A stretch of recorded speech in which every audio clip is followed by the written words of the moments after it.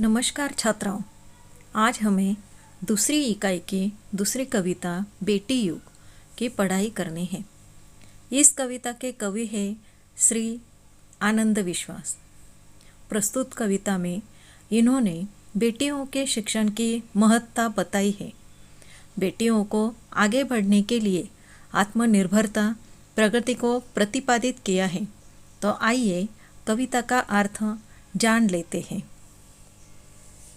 नानी वाली कथा कहानी अब भी जग में लगे सुहानी।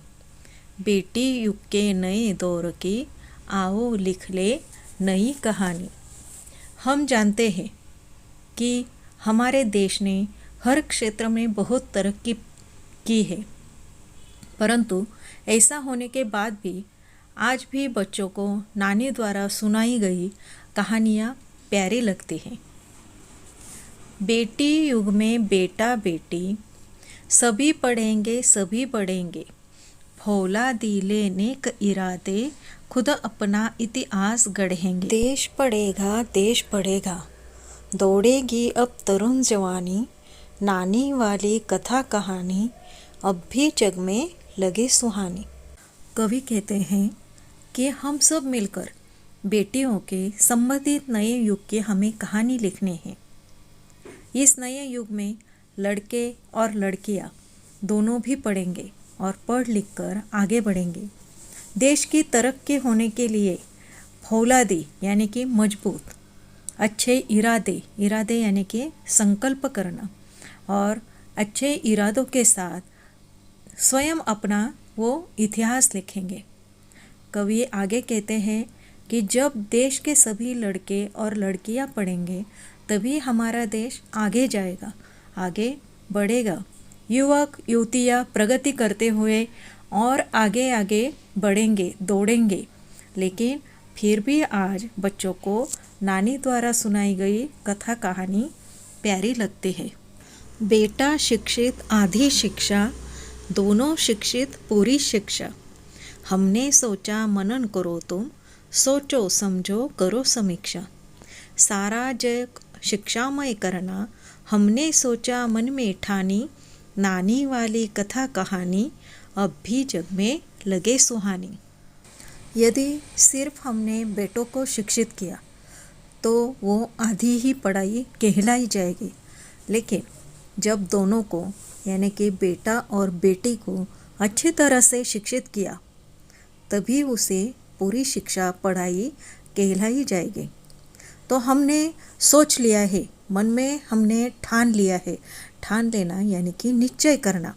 हमने निश्चय किया है कि दोनों को शिक्षित करके हमें पूरा जग शिक्षित करना है। शिक्षामय करना यानी कि शिक्षित करना है। लेकिन फिर भी आज बच्चों को नानी द्वारा सुनाई गई कथा प्यारी लगती है। अब कोई ना अनपढ़ होगा, सबके हाथों पुस्तक होगी। ज्ञान गंगा की पावन धारा सबके आंगन तक पहुँचेगी। पुस्तक और कलम की शक्ति जग जाहिर जानी पहचानी। नानी वाली कथा कहानी अब भी जग में लगे सुहानी। प्रस्तुत काव्य पंक्तियों में कवि कहते हैं कि अब संसार में, समाज में कोई भी अनपढ़ नहीं रहेगा। सभी बालकों के हाथ में किताबें होगी और ज्ञान रूपी गंगा की पवित्र धारा सबके आंगन तक पहुँचेगी।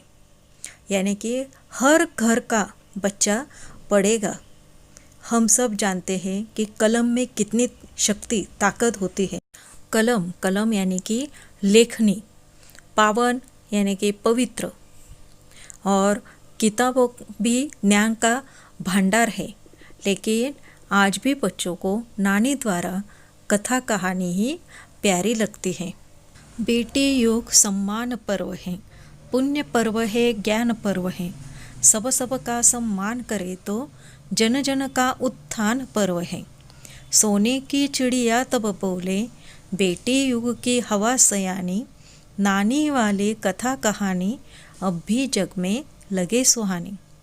बेटी युग सम्मान का पर्व है।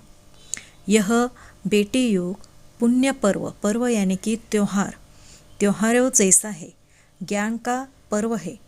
जब देश के सभी बेटा बेटी पढ़ लिख शिक्षित होंगे तो एक दूसरे का सम्मान करेंगे, आदर करेंगे, तभी हर व्यक्ति की प्रगति होगी।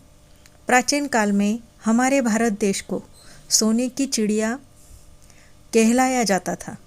अब फिर से बेटी युग की हवाओं में यही गूंज उठेगी कि भारत की ये सोने की चिड़िया है और इसीलिए हमें ये बेटी युग लिखना है। लेकिन फिर भी बच्चों को नानी द्वारा सुनाई गई कथा कहानी ही अच्छी लगती है। सयानी, सयानी यानी कि समझदार, उत्थान, उत्थान यानी कि प्रगति, तभी हम प्रगति कर सकते हैं। तो कविता का सारांश ये है कि ये बेटियों के सम्मान का पर्व है। उनको बेटों के समान महत्व देना चाहिए। उनकी परवरिश पर उचित ध्यान देना चाहिए। बेटियों के साथ किसी भी प्रकार का भेदभाव न किया जाए। उनकी शिक्षा दीक्षा भी बेटों के समान ही की जाए। बेटियों को आगे बढ़ने के लिए स्वयं को स्थापित करने के समुचित अवसर प्रदान किए जाए। विश्व के सभी लोग पढ़े लिखे, तभी सारा विश्व, सारा जग पढ़ा लिखा होगा और उसका विकास होगा, प्रगति होगी। धन्यवाद।